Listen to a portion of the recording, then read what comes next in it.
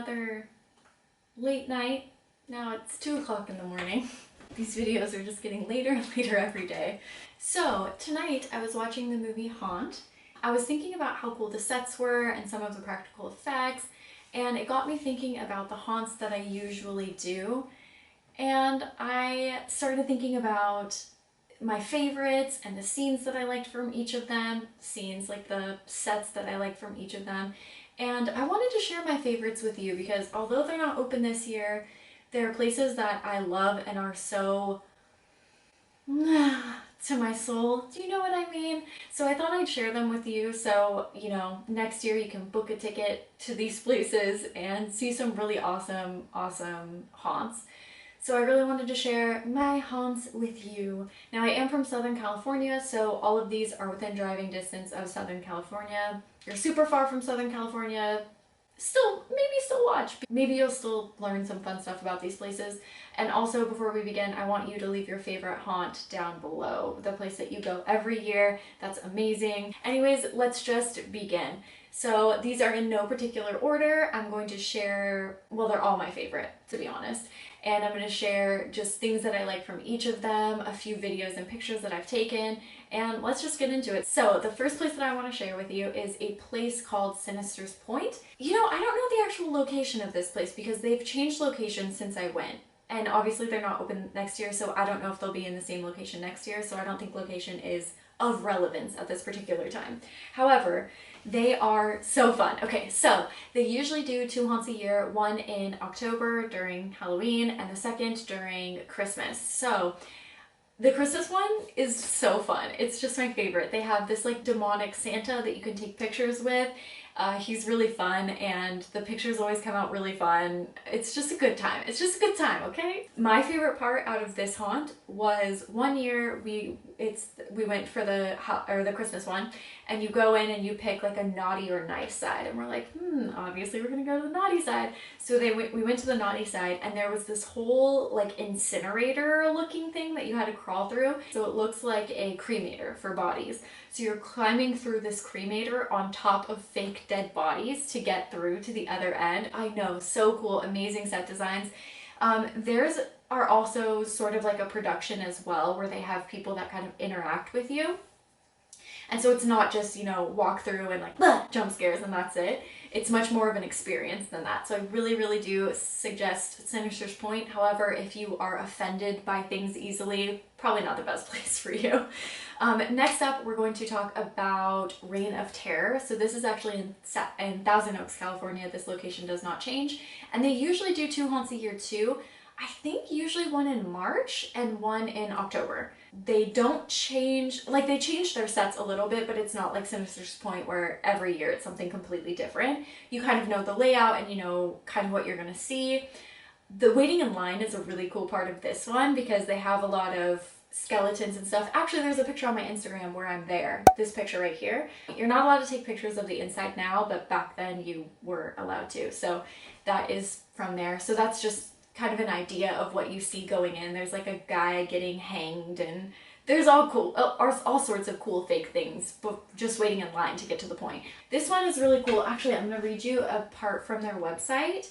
They say Reign of Terror is an award-winning walkthrough haunted house collection and showcase featuring more than 120, featuring more than 120 custom rooms in 9 different interconnected sections. It's a ton of rooms that you go through, and they have different segments. They have zombies or clowns, or they just have all sorts of stuff, but it's not typical like a horde of zombies. It's not like that. But they have just a lot of really cool scenes, and you can tell a lot of work went into all of the sets. They're so amazing. So the thing that I really like about this one and the last one, both Sinisters Point and Reign of Terror, is that it's not just a walk-through line where you're just, in front and in back of a ton of people.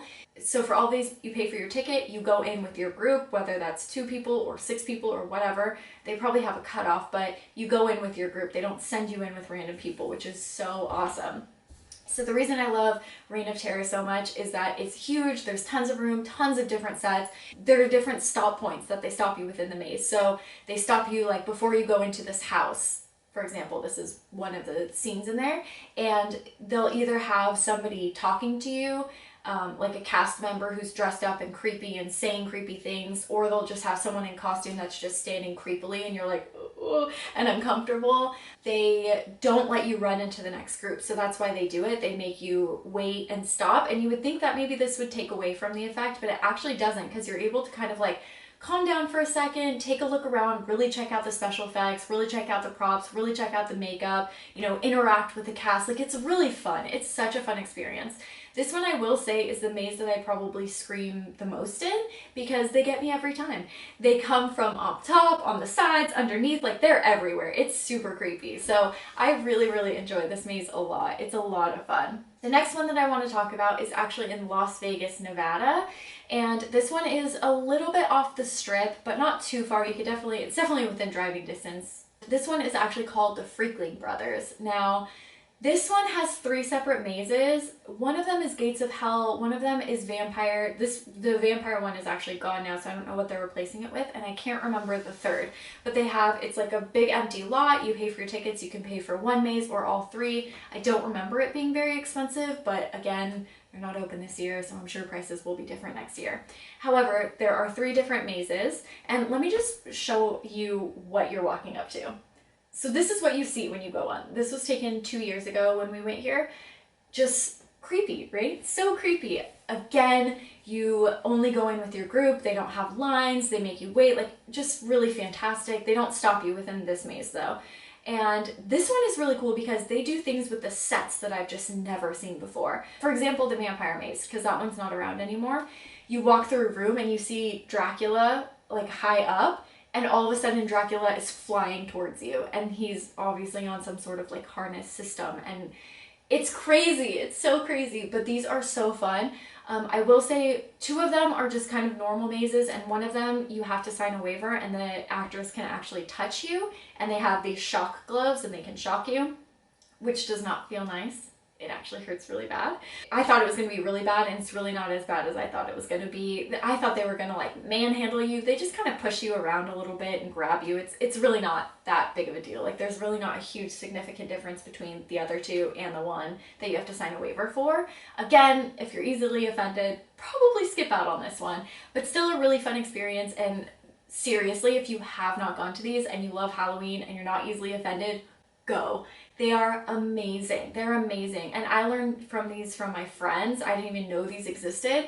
And when we went, there was not a long line, not a ton of people there. We went in like the middle of October. So I just think a lot more people need to learn about this place. Oh, also, it said that it's rated the #1 scariest haunt in the country by USA Today, which is crazy. Highly recommend. They just do things that nobody else does. I'll just leave it at that. So if you're gonna go to any of these places, for sure check the Freakling Brothers out. So amazing. If you're in Vegas, I mean, you might as well go to Vegas next October. They definitely have a lot to celebrate there. So the next thing that we did 2 years ago when we were there was we did a Saw escape room. Now this was actually really cool because the set designs were awesome. The rooms were huge. However, you could pay more just to go with a tiny group, but you're with a ton of people, and you actually need a lot of people because they're almost impossible. You know those escape rooms that you go to where it's like, oh, look at the second constellation from the sun, and then use E=mc² +2, and then you find the key, and then the key goes through the blue door, and you're like, this made absolutely no sense. It's kind of like one of those, which aren't my favorite escape rooms. I really like escape rooms that are tangible, that you can like actually escape, that makes sense. This one was a lot harder than expected, and I think we only got through, I mean, there were like 10 of us, and I think we only got through 2 or 3 out of the 7 rooms. Very difficult, very challenging. However, it's just super cool to be on essentially the set of a Saw movie. It's just really fun. The set designs are fantastic. The props are really cool. The cast was amazing. Like, they were super helpful. Highly recommend if you go to Vegas to check out the Saw Maze 2. This picture is actually from when we went there 2 years ago. So they let you take a little fun picture in front of a green screen. Another thing in Vegas too, if you have checked my Instagram, then you know this, or probably my past videos, maybe I made a video about it, but they also have Twilight Zone miniature golfing, which is just fantastic. It's so fun. There's like scenes from the movie everywhere, and there are like huge props from the movie, and everything's in black light. It's a fun time. So if you're going to Vegas anyways, check it out because it's fantastic. So the last thing that I want to talk about is horror nights. Ugh, I go to horror nights most years. I don't know, in recent years they've really done wonders with the place. Like they've really done some cool things. It used to just be like Freddie, Michael, Jason, you know? But in recent years they've really upped it. Last year they had a Killer Clowns from Outer Space theme maze, which was fantastic. I mean, the set design, the props were amazing. The music, the guy that worked on Killer Clowns from Outer Space actually did the music for the mazes. Oh, it was so cool. It was so cool. They also had the Shining maze a few years back, which that maze definitely did have its problems, but it was still a really cool maze anyways. They kind of surprise me a bit each year. There are obviously things that are lackluster that I would change, things that they, you know, jip out on. Of course, their business, they gotta make money, I understand. And a lot of the times the lines are ridiculous. The prices are just, they go up a lot. They're pretty expensive. And the only way that it kind of makes sense to go is buying a VIP ticket when you can, so it ends up being like $120. It's crazy. It's an expensive event. However, it's just something that I do almost every year, and it brings so much happiness walking through and listening to the screams of the innocent victims and the chainsaws in the distance and seeing the blood and the gore, and oh, it's so nostalgic. And you know what? I started this video because I thought it would be fun to kind of share our favorite haunts that we go to, and now I'm just kind of depressed.